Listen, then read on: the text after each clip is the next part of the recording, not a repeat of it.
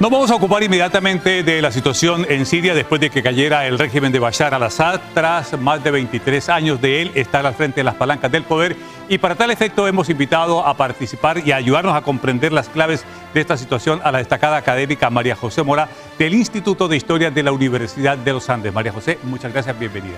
A ustedes muchas gracias por la invitación. Igualmente. ¿Sorpresiva la caída de Bashar al-Assad? Sorpresivo porque ya lo teníamos en una guerra que venía desde 2011 y que habíamos visto había quedado una especie de punto muerto hace algunos años, y esto en 13 días nos cambia el escenario abruptamente. Así es que sí, estos días han sido muy convulsos incluso para los sirios. ¿Cuánto es el cambio en el escenario del Medio Oriente? ¿Cuál es la profundidad del cambio? Es muy interesante porque aquí tenemos un escenario tremendamente complejo con muchísimos actores que tienen intereses en Siria. Y ahí vamos a ver que tanto potencias extranjeras como movimientos internos, todos quieren tener algo que decir en estos cambios que se van a venir. Ahora, todos estos cambios también están dentro, como bien tú dices, de un contexto mayor. Es decir, la caída de Bashar al-Assad probablemente no habría sido tan abrupta si no hubiese Rusia tenido que sacar sus recursos para apoyar al gobierno de Bashar al-Assad, si Irán hubiese podido seguir manteniendo también esa defensa de este gobierno. Es evidente que el concierto internacional, la guerra en Ucrania y la situación en Gaza son las que han apoyado o han empujado que esto ocurra. Bueno, tenemos unas gráficas que nos vamos a apoyar de manera de poder entender a profundidad el nuevo escenario en el Medio Oriente. No estamos haciendo ninguna exageración, viene un nuevo escenario. Sí. Vamos a entonces, ¿cuáles fueron los hitos que van a marcar? Si vamos hasta la punta, María José, es la primavera árabe lo que decide, es decir, lo que no ocurrió en la primavera árabe del 15 de marzo del 2011, ¿ocurre en el invierno del 2024? Sí y no. La verdad es que yo casi me atrevería a decir que la primavera árabe tan sonada del 2011 en realidad terminó en un crudo invierno, porque recordarán que lo que comenzó precisamente en Túnez, que luego se movió a Libia, que luego pasó a Egipto y que también llega a Siria, finalmente generaron todos esos países, menos en Túnez diría yo, con lo dramático que ha sido en Libia, luego en Egipto y hoy día en Siria, generaron cambios muy abruptos en donde rebeldes, grupos armados, grupos terroristas islamistas fueron aprovechando el caos para ir ganando terreno en estos distintos países. Ahora, cuando uno mira aquí, en estos hitos, hay dos que quiero marcarlos. ¿Cuál grave fue que utilizara las armas químicas y el gas sarín, tanto el 2013 como el 2018, para combatir a los rebeldes por parte de Bashar al-Assad y su régimen? Eso demostraba que Bashar al-Assad estaba muy desesperado por tratar de aplacar estas revueltas y por tratar de tomar el control total del territorio. A partir de 2011, Bashar al-Assad comienza a perder territorio por estos grupos rebeldes, que en realidad eran jóvenes, que lo que querían era abogar por más democracia. Pero mientras eso ocurre, los grupos religiosos, ¿no?, los islamistas, comienzan también a ganar terreno y se unen, si recuerdan nuestros televidentes, 2013 a 2015, con el Estado Islámico, que ya estaba teniendo mucha fuerza en Irak. Y ese Estado Islámico, que era una rama de Al-Qaeda, se une con Jabhat al-Nusra, que era otro grupo, también una rama de Al-Qaeda en Siria, y crean el ISIS, Islamic State, en Irak, en Siria. Y cuando este grupo empieza a ganar mucho terreno, es ahí donde Bashar al-Assad recurre a armas químicas, a fuerza desmesurada, pero también a pedir el apoyo de Rusia y de Irán, ¿no? En 2015 entonces se concreta, Vladimir Putin dice, eres mi aliado, Irán dice, yo también soy aliado de Bashar al-Assad, y se inicia esta brutal campaña militar que es arrasar con todo. Así es. ¿Es eso lo que impide que Bashar al-Assad se caiga el 2015? Así es, porque el 2014, vámonos un año antes, entra a Estados Unidos, Leobardo.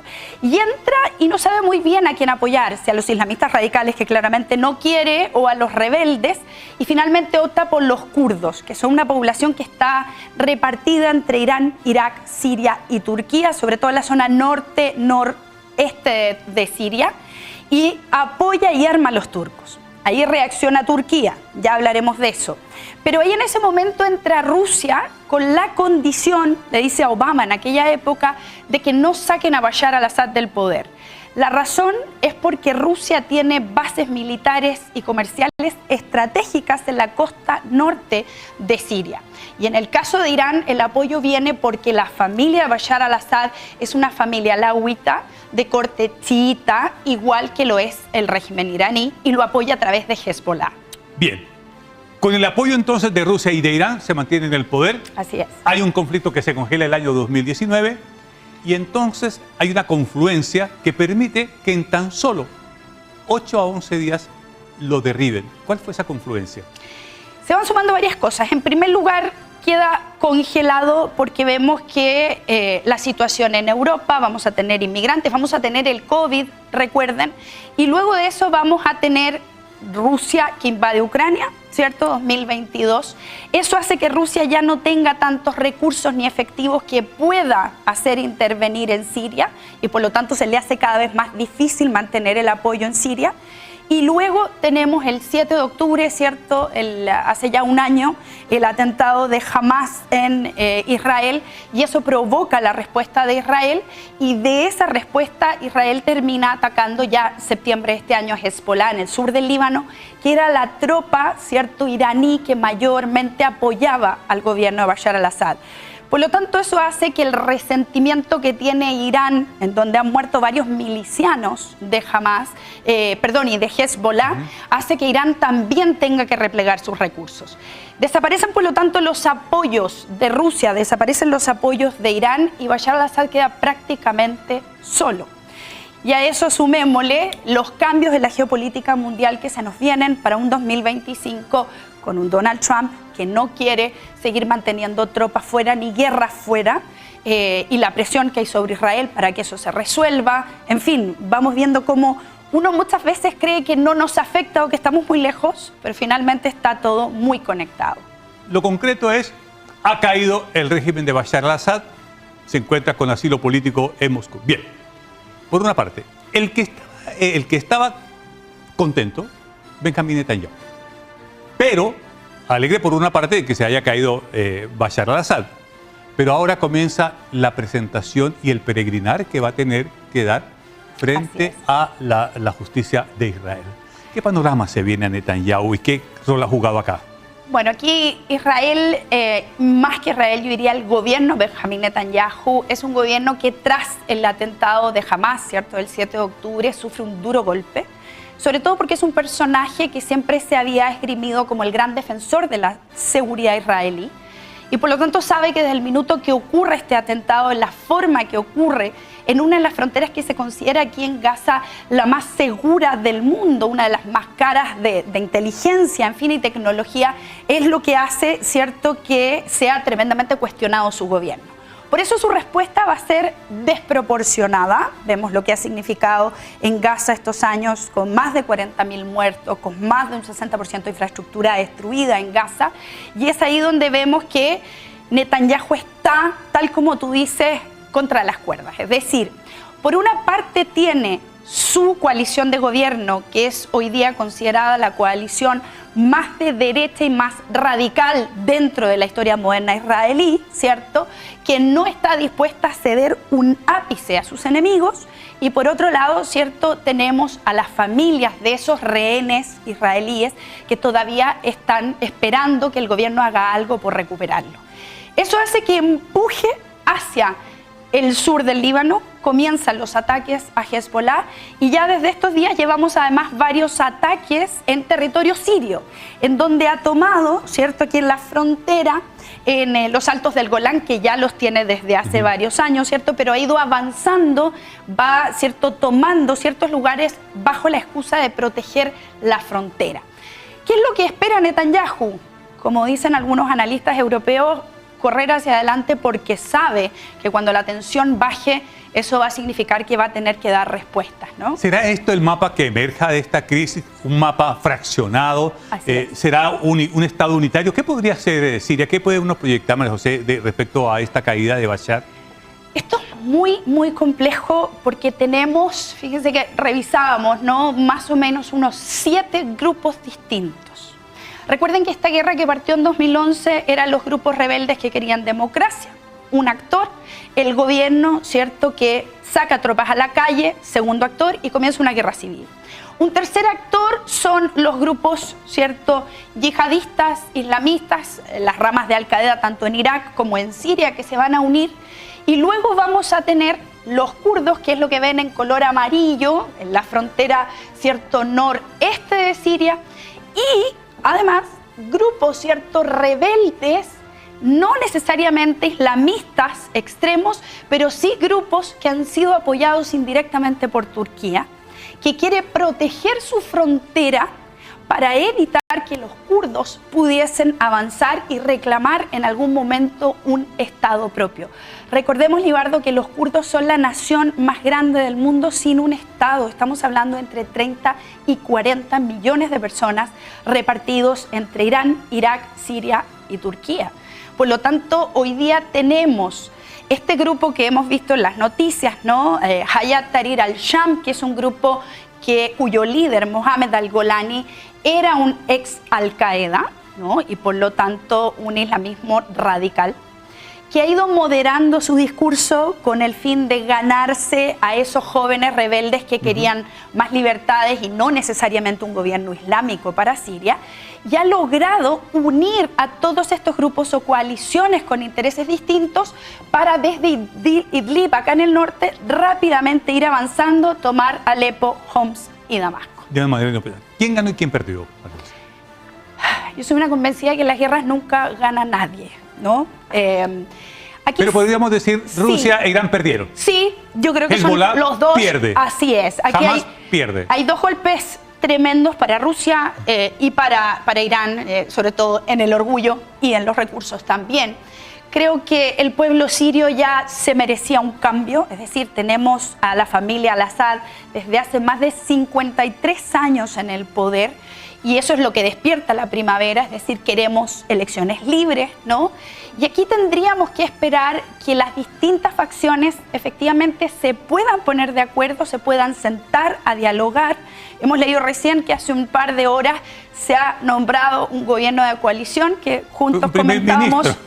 Exacto, un primer ministro. Como señal, no es mala. No es mala, es bastante buena, porque podríamos haber esperado aquí algo como lo que ocurrió, ¿te acuerdas?, en Afganistán, sí, que tenemos talibán que nos empezaron a decir que iban a ser muy abiertos, y que vemos hoy día lo que están viviendo las mujeres y los mismos afganos en la situación. El legado que deja Bashar al-Assad en cuanto a las personas que tuvieron que salir del país. En Turquía casi 4 millones que están viviendo en la frontera.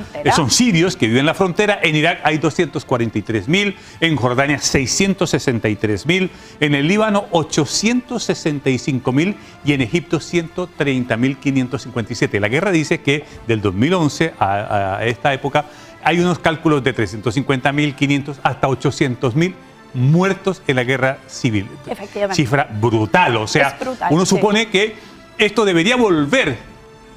No sé. Se calcula como 12 millones de desplazados de una población siria de unos 23 millones de personas, de los cuales la mayor cantidad está en Turquía. Hoy día están queriendo regresar a reconstruir su país. Pero otra de las cosas que tú muy bien dices que tiene que ver con el legado, no solo es la salida de estos refugiados, sino que para financiarse durante muchos años, Bashar al-Assad tuvo que hacer uso del comercio ilegal de drogas. Y muchos de los países árabes reclamaban que la situación en Siria los estaba llenando de drogas. Por lo tanto, también un problema muy fuerte en un país desesperado por todas partes, ¿no? Las cifras son así. Más o menos 6 millones de desplazados internos, es decir, gente que se tuvo que mover acá internamente. Exacto. Y hacia afuera casi otros 6 millones que son los que estamos sacando la cuenta. Eso es lo que deja Bashar al-Assad. Calculan más o menos 2.000 millones y dicen de dólares que lo que se llevó en las alforjas Bashar al-Assad. ¿Se quedará en Moscú a vivir por secula seculorum? Es probable. Hoy día ha recibido el asilo de parte del presidente Putin y tiene ahí a su familia. Probablemente es el único lugar, el otro podría ser Irán, ¿no?, donde podría sentarse. Por supuesto que podemos esperar en el futuro que tribunales penales internacionales lo condenen y haga juicios, en fin, pero ya sabemos que muchos de esos juicios no necesariamente terminan como deberían terminar, ¿no? ¿Puede ser un gobierno de unidad o puede ser una fragmentación profunda la de Siria? ¿Cuál será el camino? Estamos frente a esas dos opciones. Tenemos posturas muy distintas. Tenemos grupos religiosos, grupos más liberales y más abiertos. Además, recordemos que la sociedad siria es una sociedad muy rica y muy diversa culturalmente. Estamos hablando de población árabe, pero también kurda, un 4%, de población un 90 y tantos % musulmana, la gran mayoría sunita, que ha estado durante estos 50 años bajo una familia de gobierno chiita, que van a querer reclamar sus cuotas de participación. Es decir, un escenario que no es fácil y que esperemos, ¿no?, que puedan sentarse a la mesa a dialogar. El análisis profundo de la destacada analista internacional académica del Instituto de Historia de la Universidad de los Andes, María José Mora, que nos ha ayudado a entender las claves de esta crisis. Vamos inmediatamente a tomar contacto con nuestra corresponsal en Roma, Mariana Díaz, para entender qué es lo que está haciendo Macron para volver a ver si puede lograr armar el gobierno. Mariana, muy buenas tardes.